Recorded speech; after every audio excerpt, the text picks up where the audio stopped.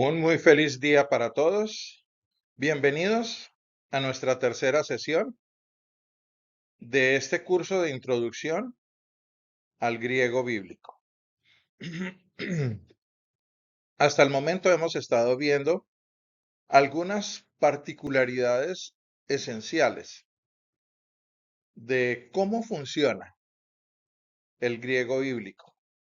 Hemos visto que tiene bastantes similaridades con la lengua castellana, porque de hecho el griego ha sido una de las raíces de nuestra lengua castellana, pero de todos modos hay que hacer algún esfuerzo para aprender estas diferencias de manera que tengamos una idea más clara, más precisa acerca de cómo funciona y cómo debemos entender este griego popular, este griego bíblico.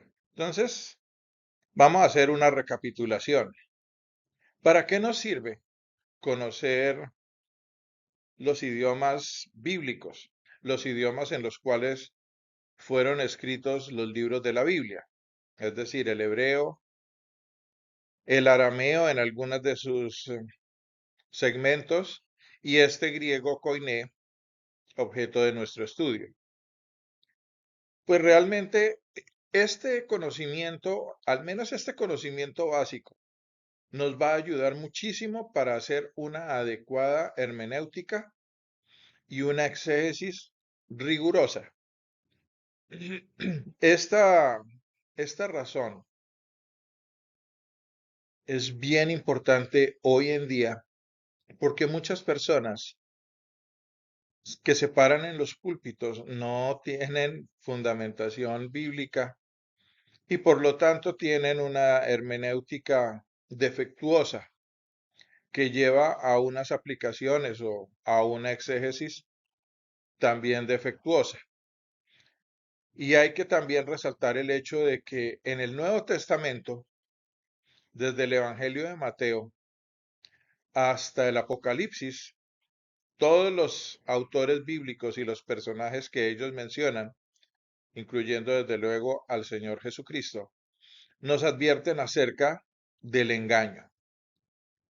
Y el engaño tiene mucho que ver, primero, con no leer las escrituras, o segundo, leerlas de una manera superficial, prestando oídos a lo que otros han hecho. Es decir, yo descanso en el trabajo de otras personas porque no quiero esforzarme en mi lectura y estudio bíblico personal, que es en donde Dios habla a mi vida. Entonces necesitamos tener unas buenas normas de hermenéutica bien claras para poder hacer una exégesis adecuada, es decir, entender qué es lo que Dios está hablando específica y particularmente a mi vida. Y una herramienta importante en este proceso de comprensión y aplicación de las escrituras tiene que ver con los idiomas en los cuales fueron escritas originalmente las escrituras. El texto en su idioma original se ha definido como la fuente primaria de revelación. Nosotros no podemos conocer a Dios directamente. Nosotros conocemos lo que Dios nos revela de Él, es decir, lo que Él nos muestra de quién es Él. Porque no lo podemos conocer de otra manera. Hay que entender que Dios es eterno e infinito. Nosotros somos seres finitos con una mente finita. Entonces, realmente solo podemos conocer aquello que Dios nos muestra acerca de sí mismo. Y teniendo eso en mente, eso es lo que nos está refiriendo el texto escrito de la Biblia, ya sea en hebreo o en griego. La conclusión lógica, pues, tener alguna idea acerca de estos idiomas nos va a permitir ciertas ventajas para nuestro estudio bíblico personal y para el ejercicio de nuestro ministerio. Dentro de esas ventajas o beneficios podemos ver En primer lugar, el discernir los matices semánticos imposibles de capturar en las traducciones. Bueno, ¿qué quiere decir eso? Palabra clave ahí es semántico. Cuando hablamos de semántica, estamos hablando del significado de las palabras. Y muchas veces cuando se pasa de un idioma a otro, puede haber ciertas confusiones semánticas. Dentro de la gramática hay un caso que se llaman cognados. Palabras cognadas son palabras que se escriben de una manera muy parecida en dos idiomas diferentes. Voy a poner un ejemplo. En castellano tenemos la palabra librería. En castellano, ¿qué es una librería? Un almacén en donde venden libros. En inglés tenemos la palabra library, que se escribe muy parecido a librería. Y hay veces uno ve personas hablando de tiendas donde venden libros en inglés como library, cuando ese no es el significado en inglés. Library en inglés es una biblioteca. Entonces fíjese que sí, ahí hay una colección de libros. Hay veces uno ve confusiones en el manejo de estas palabras cuando se hacen traducciones o versiones del inglés al español o de español al inglés. Y eso que son idiomas modernos. Ahora, cuando tenemos la diferencia entre dos idiomas que se refieren a culturas que están separadas por tanto tiempo a lo largo de la historia, pues estamos hablando de 2000 años de separación entre este griego koiné y el castellano moderno actual, pues el poder entender estos matices semánticos hace que podamos tener una idea más clara de lo que nos están diciendo las escrituras. Relacionado con la anterior idea, el detectar juegos de palabras. Más adelante vamos a ver un juego de palabras. Las aliteraciones, es decir, los préstamos de un idioma al otro y otros recursos literarios que se pueden perder en el momento de llevar la idea de un idioma al otro. Aquí es bueno también hacer una aclaración. ¿Qué es una traducción y qué es una versión? La traducción normalmente toma la idea de cambiar las palabras del idioma original por sus equivalentes en el idioma a donde se está traduciendo.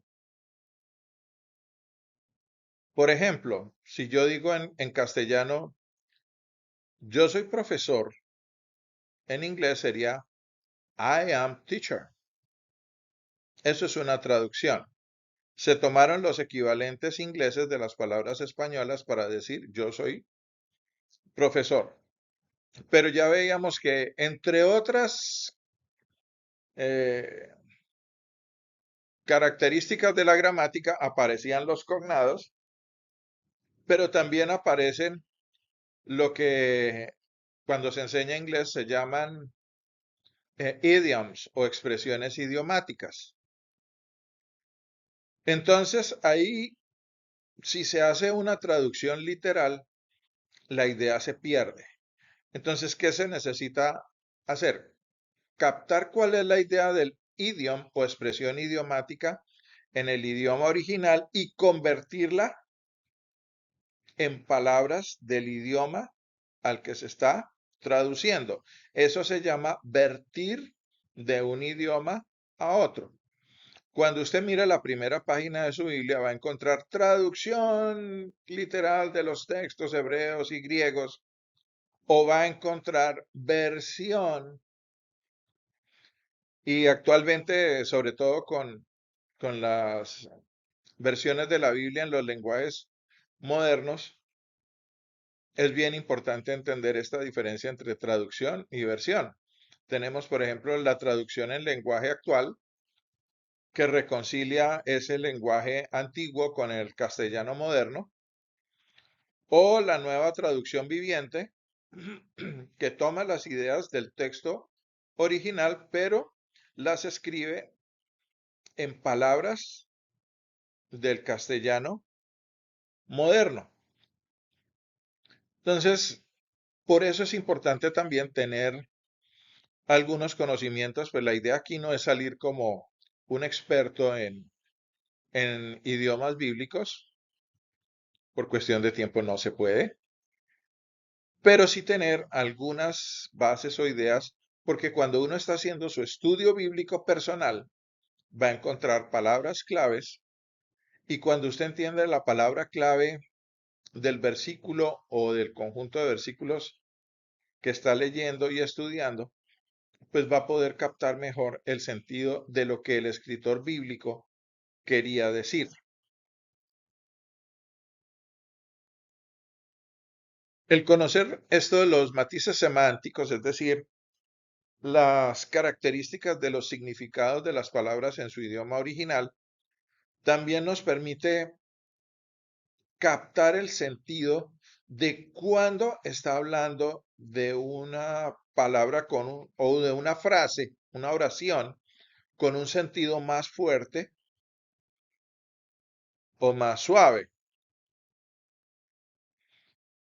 Por ejemplo, bueno, en castellano no es eh, tan notorio. La fuerza de la expresión está dada más que todo por la entonación. Pero pongamos como ejemplo el inglés. Una cosa es que usted a una persona le diga be quiet, haga silencio, o que le diga shut up. Shut up es como un imperativo y le está diciendo cállese. Entonces fíjese que es una diferencia. La idea es la misma, pero la fuerza de la expresión es diferente. Lo mismo ocurre cuando uno está examinando un texto original en el hebreo o en nuestro caso el griego, pues para tratar de discernir si se trata de una forma suave de decir algo o tiene una mayor fuerza para comunicar esa idea.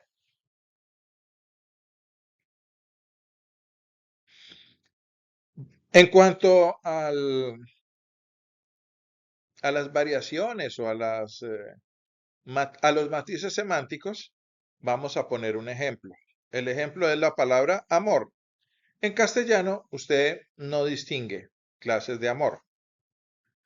Usted tiene amor por la lectura, tiene amor por su esposa o su esposo, amor por sus hijos, amor por la bebida, etcétera. Y siempre va a usar la misma palabra. Pero mire cómo cambia en griego. La palabra amor en griego, entre otros, tiene estos cuatro términos o expresiones: agape, filia, eros, storge. Agape es normalmente la palabra que se usa para referirse al amor de Dios. Es un amor con las características de Primera de Corintios 13. Primera de Corintios 13 es la definición ampliada de agape. Filia es amor entre hermanos o de padre a hijo. Eros es el amor físico, sexual. Storge es el amor conyugal. Entonces, aquí estamos viendo que el apóstol que habla más del amor es el apóstol Juan, pero no siempre usa la misma palabra para referirse al amor. Entonces, fíjese toda la variedad de matices que usted puede manejar en griego, cambiando la palabra que nosotros en castellano entendemos como amor. Y que eso, pues, nos va a ayudar a identificar elementos que están asociados a nuestras relaciones con las personas y a nuestra relación con Dios, partiendo de la base de que el vínculo perfecto que dice la Biblia, no solamente con Dios, sino con todas las personas, es el amor. Pero mire, de todas las maneras en que usted lo puede entender. Hablando desde el punto de vista cosmológico, y aquí, bueno, aclaremos qué es cosmología. La cosmología es la forma en que usted ve el mundo y en que usted entiende y aplica la realidad que lo rodea. El entender o tener una fundamentación en los idiomas bíblicos le va a permitir percibir categorías conceptuales que son específicas del mundo bíblico y que no tienen equivalentes directos en nuestras culturas actuales y por lo tanto en los idiomas modernos. Entonces hay que entender esos conceptos en los idiomas originales y ver de qué manera yo puedo representar esa idea o concepto en nuestro idioma moderno. También esto nos está definiendo conceptos teológicos y nos permite evitar caer en anacronismos. Un anacronismo es utilizar el sentido caduco, vencido, antiguo, que ya no se usa sobre los conceptos que manejan los idiomas originales en relación con nuestras lenguas modernas. Nos permite también reconocer alusiones y ecos entre textos que comparten vocabulario específico.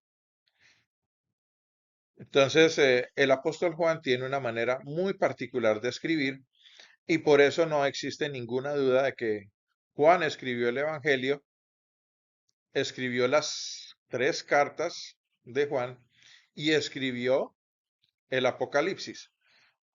¿Cómo se sabe? Porque algunos críticos ponen en duda esta realidad por el tipo de vocabulario que maneja Juan y no solamente el vocabulario, es cómo maneja el vocabulario para redactar sus ideas. Lo mismo ocurre con el apóstol Pablo.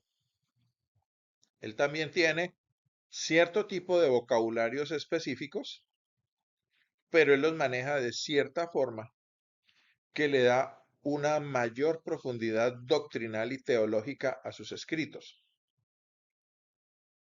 Ahora, entre los 4 evangelios, el más teológico y específicamente cristológico es el evangelio de Juan. Juan era el más joven o uno de los más jóvenes de los discípulos de Jesús, estuvo muy pegado a Jesús, pero pues también los jóvenes captan más rápido los cambios de idiomas y los cambios culturales como los que estaban ocurriendo en el territorio judío durante el siglo primero. Y eso llevó a que Juan maneje también, aunque de una manera muy distinta, cierto vocabulario que nosotros llamaríamos hoy técnico en sus escritos.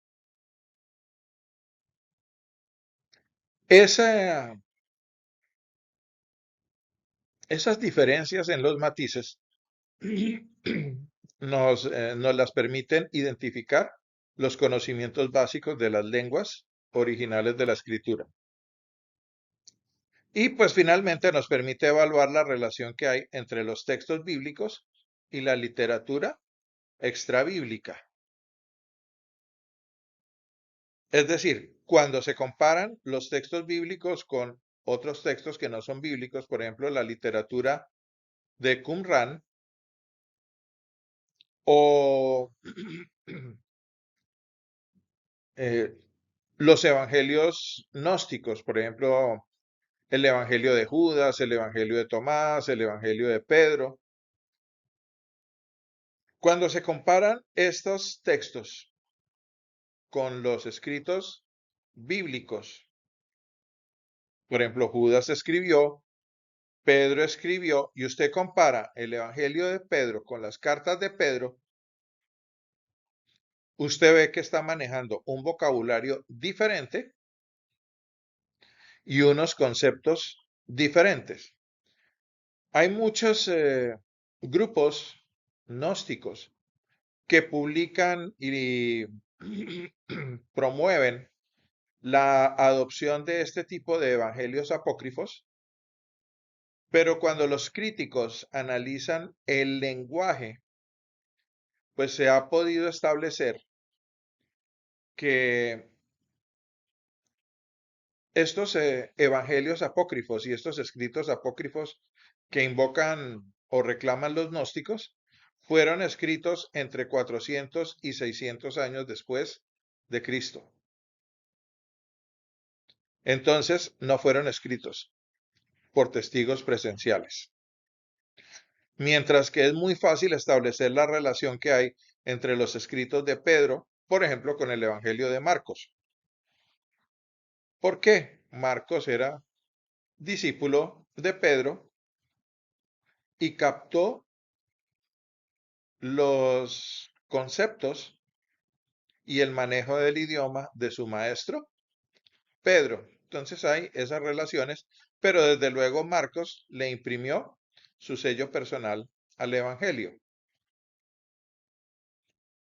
Entonces fíjese por qué es importante tener en cuenta esto. Otro ejemplo. Nosotros tenemos cualquier cantidad de versiones de la Biblia. Entonces está la Reina Valera 1909, está la Reina Valera 1960, está la Reina Valera 1995, está la Reina Valera contemporánea, y usted ve cambios en el manejo del lenguaje en todas estas versiones. Pero además de eso, está la nueva versión internacional que ya tiene varias actualizaciones, está la nueva traducción viviente, traducción en lenguaje actual, la Biblia para el pueblo de Dios, etcétera, etcétera, etcétera. Y usted sabe que pues todas dicen lo mismo, o como se dice coloquialmente, pero con palabras diferentes. Ahora, cuando usted compara estas ediciones cristianas evangélicas con las versiones de las Biblias católicas, por ejemplo, Nácar Colunga, Bover y Cantera, la Biblia de Jerusalén, la Biblia para Latinoamérica, pues la diferencia está en el manejo de los libros deuterocanónicos, pero si usted compara, en sí los contenidos son los mismos. Traducen de otra forma o hacen versión de otra forma. Dentro de las Biblias católicas, a mí me parece muy buena la Biblia de Jerusalén. Yo tengo una versión de la Biblia de Jerusalén que explica por qué ellos traducen de esa manera los textos difíciles y explican por qué es un texto difícil y el criterio que usaron para traducirlo. Bueno, con esta versión hay que tener cuidado porque ellos también insertan ahí sus comentarios doctrinales desde el punto de vista de la ortodoxia romana o de la Sagrada Congregación para la Fe, que es la que se encarga de preservar la integridad de la doctrina católica romana. Entonces ellos insertan eso, pero estas anotaciones que ellos hacen a la traducción son muy buenos. Estos apuntes son buenos. Pero, pues usted necesita tener una fundamentación doctrinal clara, usted necesita tener buenas bases doctrinales, manejar ciertos conceptos básicos del hebreo y del griego para poder entender qué le están diciendo y por qué hicieron la traducción así. Entonces, mire la importancia de conocer los idiomas bíblicos. Martín Lutero decía, aunque la fe y el evangelio puedan predicarse por predicadores simples sin el conocimiento de idiomas, tal predicación es plana y débil, pero cuando el predicador es versado en los idiomas, su exposición posee frescura y vigor. La escritura completa es examinada y la fe encuentra nueva alegría en la luz renovada. Este fue un hombre que decidió salirse de la ortodoxia cuadriculada de la Iglesia Católica Romana de su tiempo, siendo un profesor de teología en una universidad teológica católica, algo muy parecido a la Javeriana. Ustedes saben que la Javeriana es la Pontificia Universidad Javeriana. Tiene aprobación vaticana. Pero es un hombre que entendió esto y dejó esto por escrito y yo lo he querido resaltar aquí como para ponerle un broche de oro a a estos argumentos acerca de la importancia de conocer los fundamentos bíblicos, perdón, los fundamentos de los idiomas bíblicos para su estudio bíblico. Vamos a seguir avanzando con nuestros temas y ahora vamos a tocar los tiempos verbales. Los tiempos verbales en griego se parecen mucho a los tiempos verbales en castellano. De pronto cambian los nombres, pero no las funciones. Entonces, aquí tenemos un cuadro de resumen de los tiempos verbales más importantes. Y todos estos tiempos son del modo indicativo. ¿Qué quiere decir modo indicativo? Que las frases están diciendo o refiriéndose a cosas objetivas. El modo subjuntivo está introduciendo como cierta incertidumbre, algo que puede ser, pero en la Biblia se maneja más que todo el modo indicativo y estos son los principales tiempos verbales del modo indicativo. El presente, que eso no tiene ningún problema. El imperfecto y el aoristo, que son pasados, hay una diferencia. El imperfecto se refiere como a unos hábitos que se tenían antes, pero que ya no se tienen. Y el aoristo se refiere a algo que se hizo puntualmente en el pasado. Entonces, por ejemplo, si usted en castellano dice, yo fui a Alemania, quiere decir que usted una vez en su pasado fue a Alemania y no ha vuelto a ir a Alemania.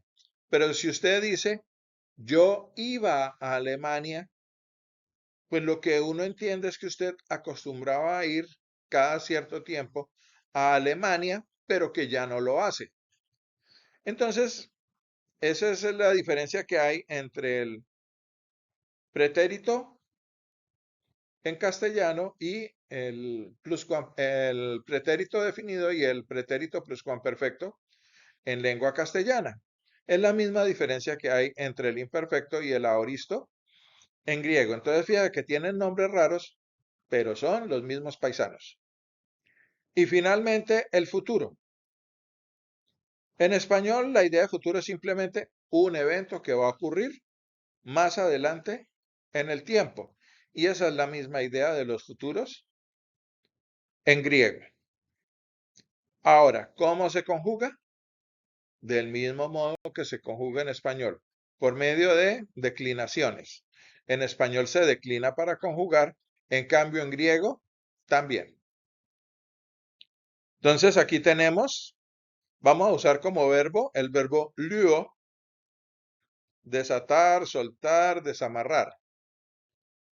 Aquí está en el presente indicativo, como usted lo puede ver. Usted puede observar ahí primera y segunda persona del singular, primera, segunda, tercera persona del plural. Como les decía, en griego, al haber las declinaciones, no es necesario mencionar el pronombre personal. Eso pasa también en castellano. Si usted dice, por ejemplo, jugabas básquetbol, la forma en que termina el verbo me está diciendo, primero, que es un pasado del verbo jugar y segundo, que lo está haciendo la segunda persona del singular, tú o usted. ¿Sí? Entonces fíjense que nosotros podemos construir oraciones sin ponerle un sujeto explícito. Lo mismo pasa en griego. De hecho, en griego es muy raro colocar el sujeto. Hay un caso en donde se coloca el sujeto para enfatizar y es la primera persona del singular, el sujeto yo. En griego es ego, de ahí viene ego, egoísmo, etcétera. Ego. Pero cuando usted lo ve en los evangelios, sobre todo en el evangelio de Juan, siempre va a empezar para una de las declaraciones de Jesús. Ego eimi, yo soy.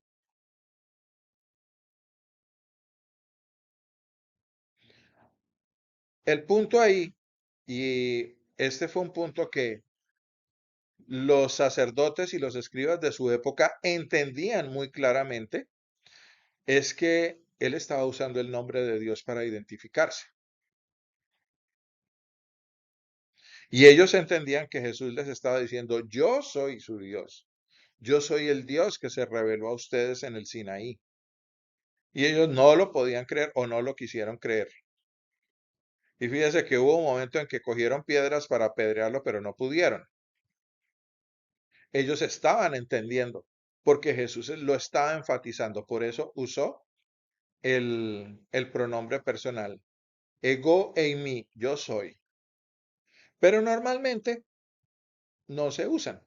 Usted tiene el verbo declinado, entonces eso ya le está diciendo persona, número y tiempo y modo. Todo eso se lo dice la declinación. ¿Cómo es la fórmula gramatical? Pues usted tiene el cuadrito abajo. Es la raíz verbal, le, más la desinencia o declinación personal. ¿Por qué personal? Porque va identificando cada persona gramatical que realiza la acción desamarrar, desatar o soltar. Seguimos con el verbo luo, pero ahora en el aoristo activo. Entonces viene elysa, elysas, eluas, elusamen, elusate, elusan. Hay un aumento, quiere decir que la raíz sigue siendo lu, pero por ser pasado y por ser aoristo específicamente, antes de lu se coloca una épsilon con espíritu suave y queda elu. Luego viene el sufijo de aoristo, sa, pero ese cambia según la persona.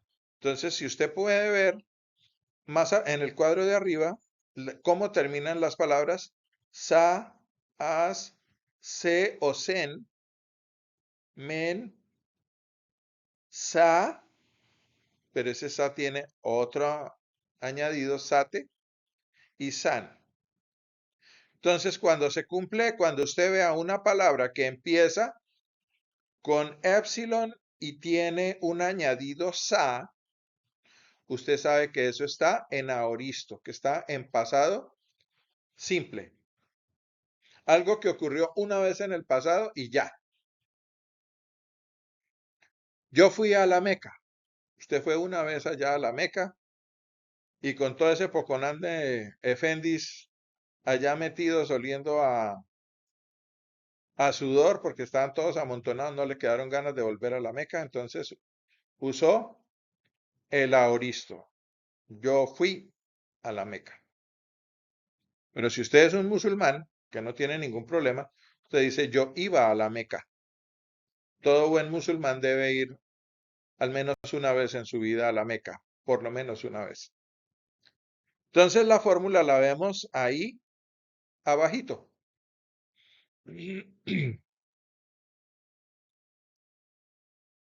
Entonces, este aoristo es bastante utilizado en el Antiguo Testamento para dos cosas. Primero, para narrar eventos pasados y el presente para describir cosas o enunciar verdades generales. Entonces, fíjese que aunque son tiempos verbales, los usos son un poquito diferentes. El pasado aoristo es muy narrativo, mientras que el presente es descriptivo. Con el perfecto, entonces fíjese, primera persona, Eluen, Eluis, Elue o Eluen, Eluomen, Eluete, Eluon.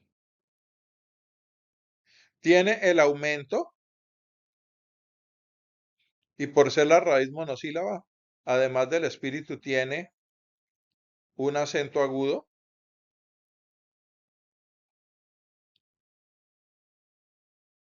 Eso ya está diciendo, esa épsilon inicial está diciendo que es pasado, pero fíjese que no tiene la segunda adición del aoristo. Es solamente la declinación o desinencia. Esa es la diferencia entre el aoristo y el indicativo. Cuando usted ve esa diferencia, usted sabe que si no hay el aumento, es porque es un pasado que habla de cuestiones que se hacían habitualmente en el pasado, pero que ya no se hacen. Yo regaba las matas todas las mañanas, es decir, usted antes salía todas las mañanas, le echaba agua a las maticas, pero ya no hace eso, porque es un pasado.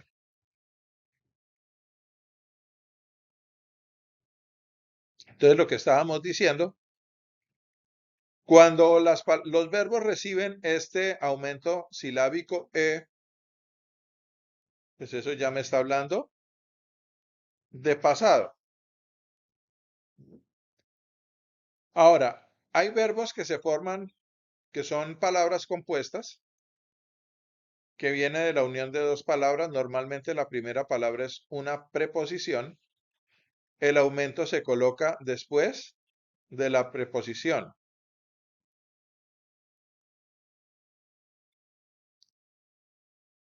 Entonces usted tiene aquí la raíz go y le aumenta el a, pero tenía una preposición inicial que es syn. Syn en griego quiere decir con. Entonces, por ejemplo, sintaxis quiere decir con una carga, perdón, con un orden. Sintético con compuestos. Y en griego, pues ese sin es con. Sinago, si usted lo es reunirse, de ahí viene sinagoga o reunidero, si usted lo quiere entender literal, y lo va a conjugar, es una palabra compuesta. Entonces usted toma como base hago y le cambia la alfa por eta. Fíjese que precisamente por ser una palabra compuesta y usted meter el aumento a la mitad, utiliza una vocal larga. Synegon.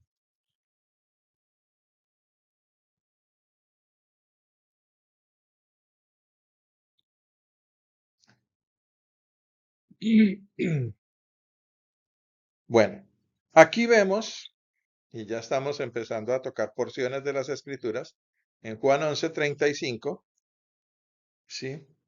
Eudokrisen ho Jesús. Entonces, si usted ve la primera palabra, tiene la épsilon inicial.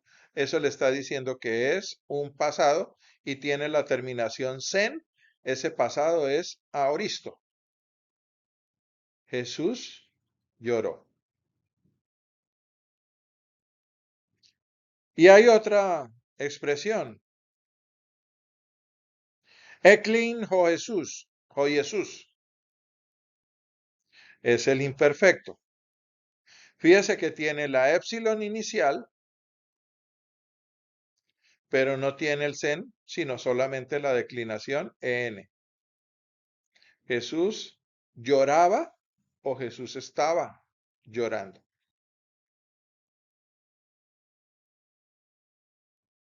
Otro ejemplo en los evangelios, pleonton deauton afupnosen. Entonces ahí aparecen combinados los dos pasados.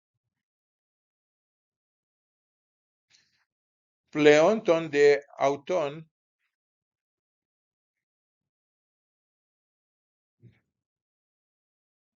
usted ve la épsilon, perdón, ve la declinación sen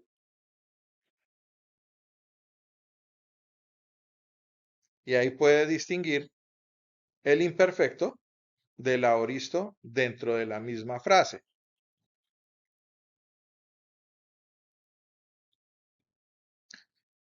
Entonces, enfatizando la idea, el imperfecto es bien narrativo, lo mismo que el aoristo, pero el aoristo es más enfocado a la acción principal. ¿Por qué? Porque el aoristo no implica rutina, mientras que el imperfecto sí implica rutina.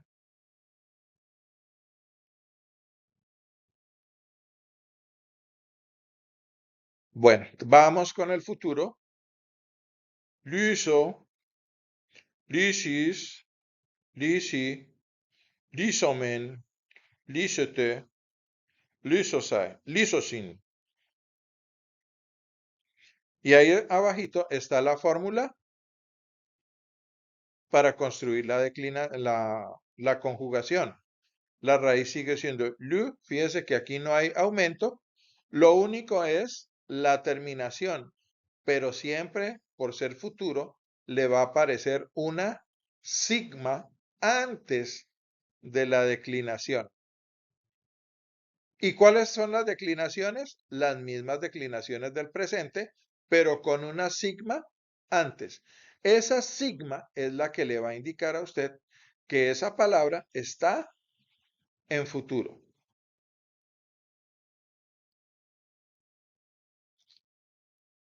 ¿Cómo aprende uno esto? Realmente la única forma de aprenderlo es práctica. A mí me enseñaron los fundamentos gramaticales de griego en el colegio y cuando yo me convertí, de las primeras cosas que yo compré fue un Nuevo Testamento interlineal griego-español, un léxico griego-español y una gramática de griego koiné y seguí estudiando por mi cuenta con las bases que me enseñaron en el colegio. Y cuando yo encontraba palabras que me parecían claves en mi lectura bíblica de los evangelios, yo iba al interlineal y luego al léxico. Pero yo compré un léxico muy simplecito, muy sencillito, pero hay unos materiales mucho más completos. Bueno, después de esta digresión, ¿para qué se usa el futuro? Es predictivo, es decir, va a aparecer en declaraciones proféticas, en mandatos,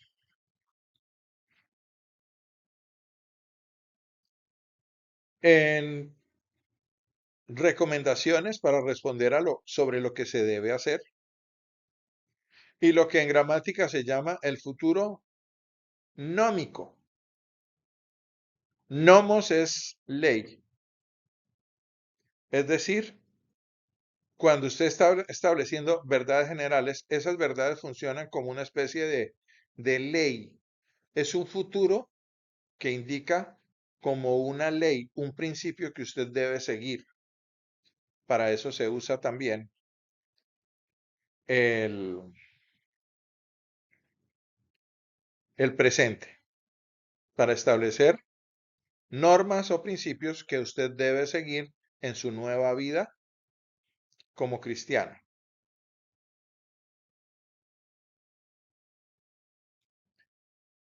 Entonces, les doy las gracias por su atención en esta nueva jornada, deseándoles que el Señor los bendiga y que por medio de su Espíritu Santo todo lo que se ha estado hablando a través de estas sesiones sea para su bendición y su edificación.